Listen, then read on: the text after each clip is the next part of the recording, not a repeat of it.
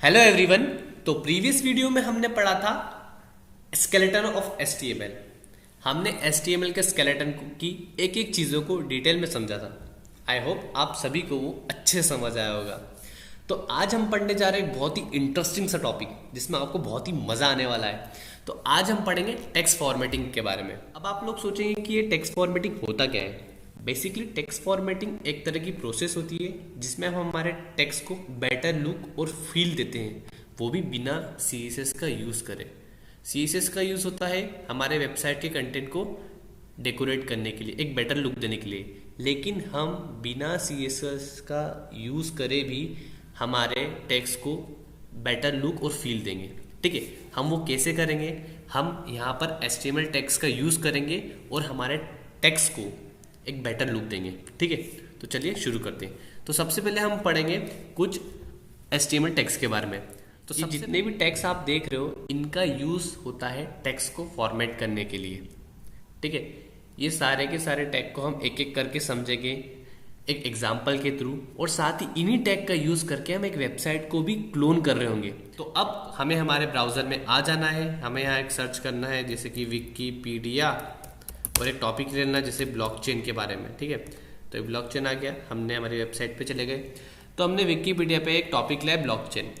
अब हम हमारे सारे एचटीएमएल टैग्स जो कि टेक्स्ट फॉर्मेटिंग के लिए यूज़ होते हैं उनका यूज़ भी करेंगे, और हम इस वेबसाइट के इतने पोर्शन को क्लोन करने की कोशिश भी करेंगे। ठीक है, तो आप यहाँ देख सकते हो, तो आप यहाँ देख सकते हो ये ब्लॉकचेन नाम से जो है ये एक हेडिंग बनी हुई है। ठीक है, तो सबसे पहले हमें हमारे कोड एडिटर में आ जाना है, हमें एक न्यू फाइल क्रिएट करना है। इसको यहाँ लिखना है हमें Ctrl+S। अब हम नाम दे देते हैं इसे, आज हम टॉपिक पढ़ रहे हैं टेक्स्ट फॉर्मेटिंग, तो मैंने टेक्स्ट_फॉर्मेटिंग नाम से इसको नाम दे दिया है, और .html से इसको एक्सटेंशन से सेव कर देना है। एक बात मैं आपको और बता दूं कि एक फोल्डर के अंदर आप सेम नेम की HTML फाइल नहीं रख सकते हो, क्योंकि फिर आपको बहुत ही दिक्कत आएगी रेफरेंस करने में। तो आपका HTML डॉक्यूमेंट बन चुका है, आपको यहाँ लिखना है HTML और टैब इंटर करना है। तो सारी चीज़ें ऑटोमेटिकली आ गई है, सारी चीज़ों के बारे में आपको डिटेल में बताया था पहले भी। तो अब हम यहाँ पे हेडिंग टैग का यूज़ करते हैं, हम यहाँ यूज़ करते हैं H1, टैब इंटर करा, ब्लॉकचेन, हमने कंट्रोल से सेव किया, इसको ओपन इन ब्राउज़र करा, तो यहाँ पर आ चुका है ब्लॉकचेन। हमने हमारी वेबसाइट में हेडिंग डिफाइन कर दी है। अब हमें डिफाइन करना है ये लाइन।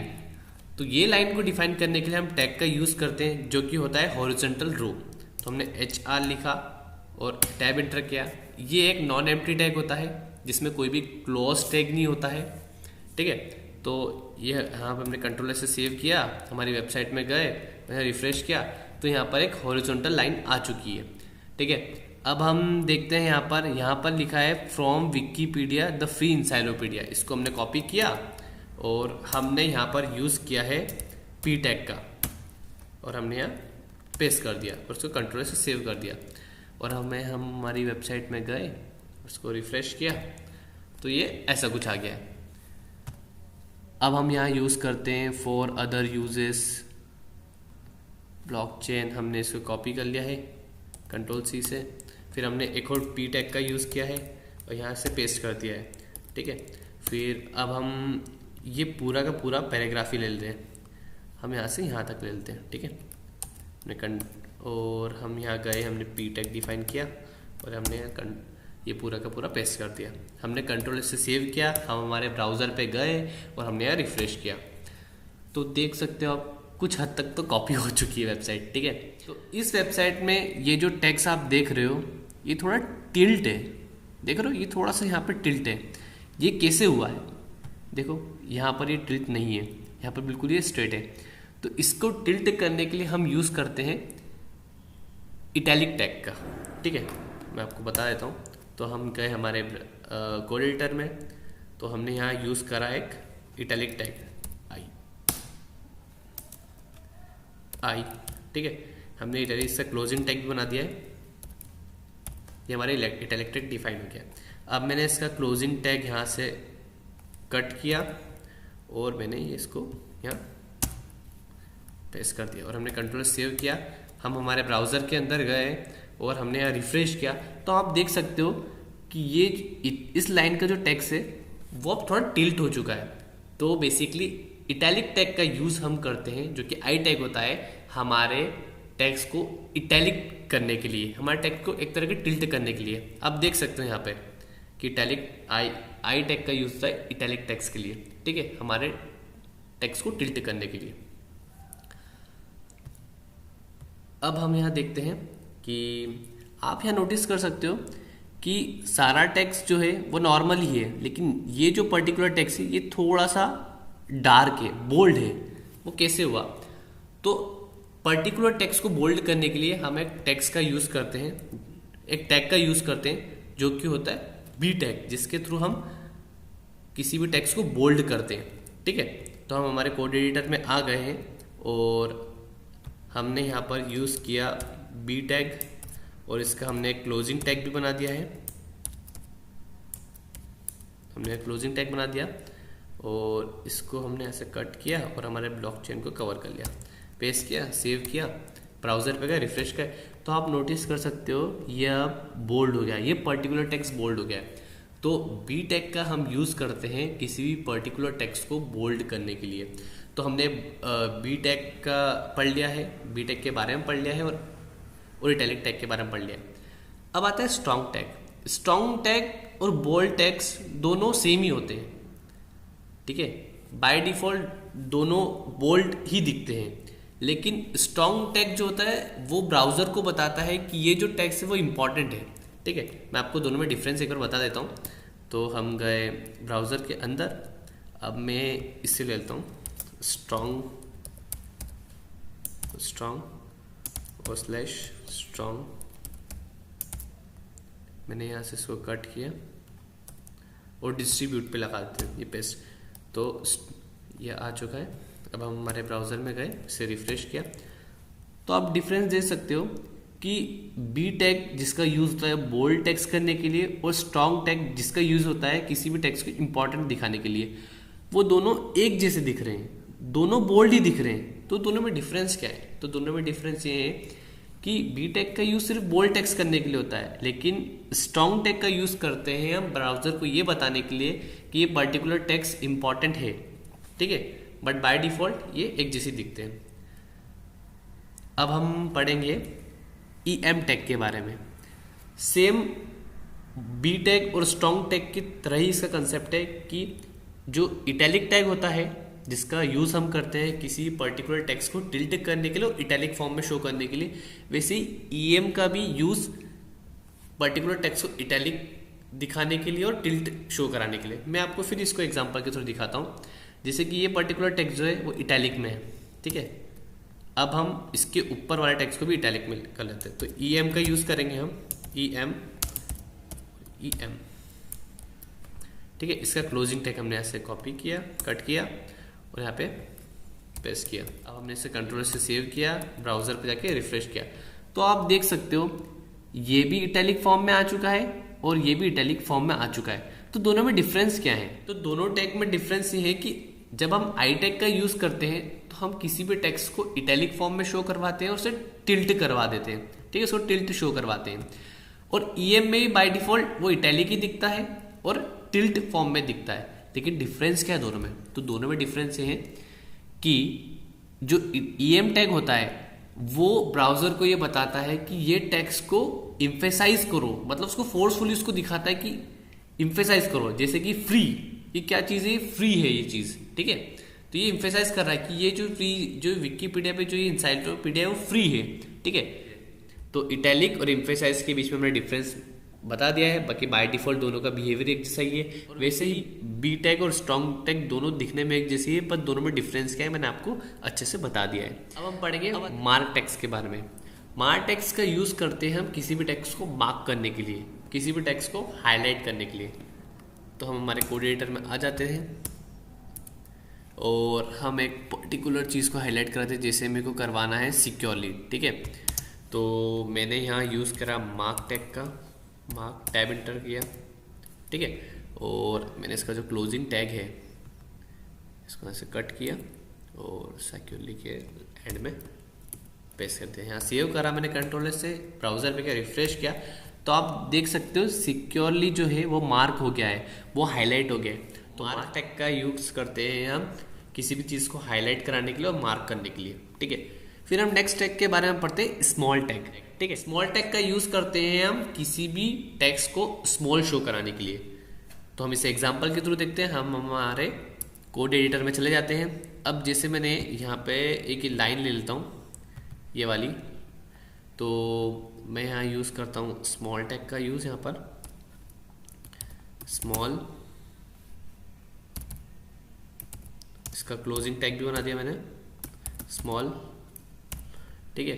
ये जो इससे मैंने कट किया है ऐसे टैग को, और मैंने लिखा दिया हैशेस तक, और इसे मैंने सेव किया और मैं ब्राउज़र पे गया, यहाँ जाके मैंने रिफ्रेश किया। तो आप देख सकते हो ये जो लिंक टुगेदर वाया कॉन्ट्रोग्राफिक हैशेस है ये छोटे हो गए।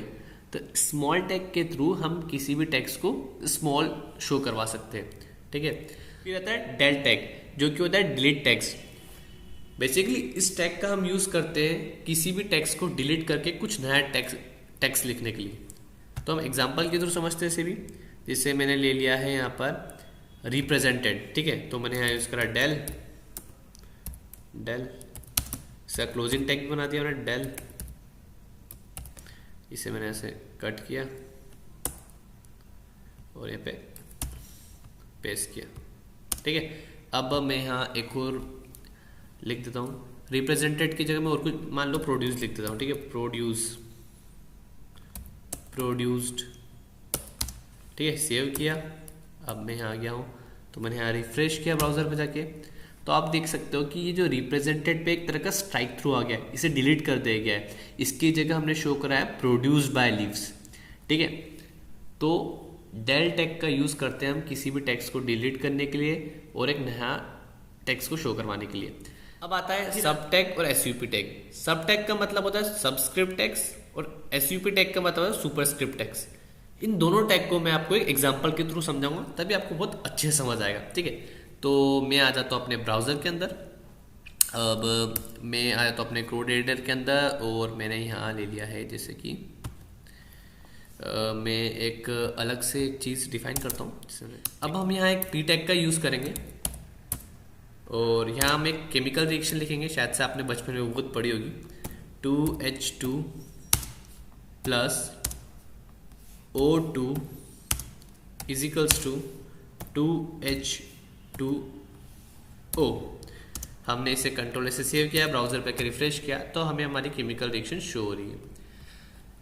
तो आप ये देखेंगे जब आपने केमिकल रिएक्शन देखिएगी तो ये जो 2 है वो H के नीचे आता है, ये 2 है वो O के नीचे आता है, और वैसे ही ये 2 भी H के नीचे आता है। तो ये कैसे होता है, ये हम करते हैं सबस्क्रिप्ट के थ्रू डिफाइन।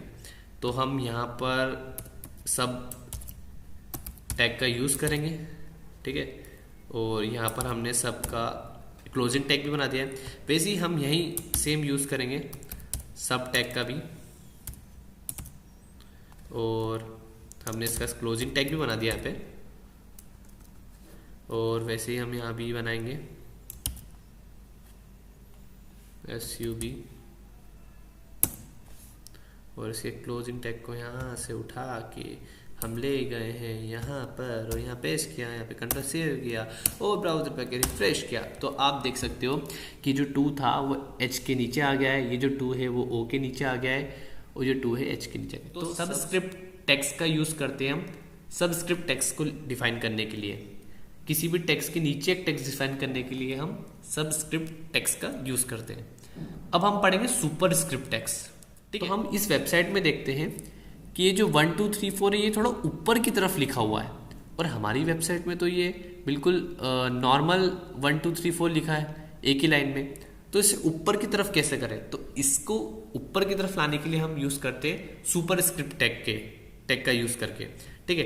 तो हम हमारे ब्राउज़र में आ जाना है, और हमें वो जो 1 2 3 4 है यहाँ पर हमको सिंपली डिफाइन करना है SUP टैग का यूज़, और इसका जो क्लोजिंग टैग है यहाँ से उठा के हमको यहाँ पर पेस्ट करना है, और कंट्रोल एस से सेव करना है, और ब्राउजर पर सिर्फ रिफ्रेश करना है।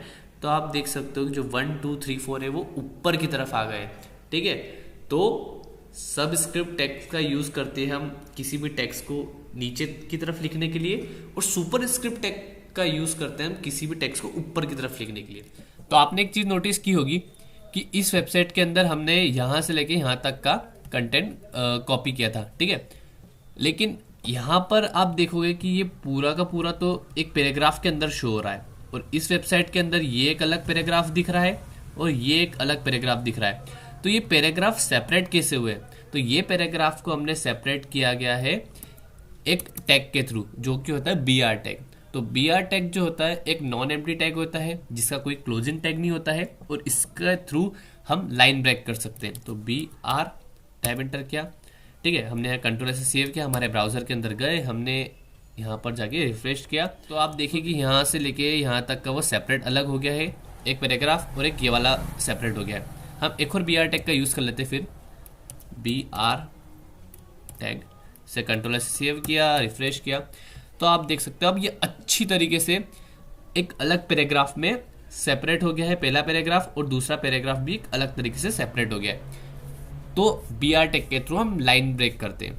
तो आई होप आपको आज का लेक्चर अच्छे से समझ आया होगा, और ऐसे बहुत सारे और बहुत ही इंटरेस्टिंग से टैग्स भरे पड़े हुए हैं, जिससे आप आपके जो वेबसाइट के जो टैग्स है उसको फॉर्मेटिंग दे सकते हो, एक बेटर लुक ला सकते हो। उसके लिए आपको कुछ नहीं करना है, बस आपको आपके ब्राउज़र पे जाना और MDNHTML सर्च करना है। इस वेबसाइट पे आपको HTML के बारे में सारे के सारे फॉर्मेटिंग टैग्स और बहुत ही मल्टीपल टैग्स के बारे में मालूम पड़ जाएगा, और कैसे यूज़ करना है वो सारी चीज़ें आपको डिटेल में मिल जाएगी।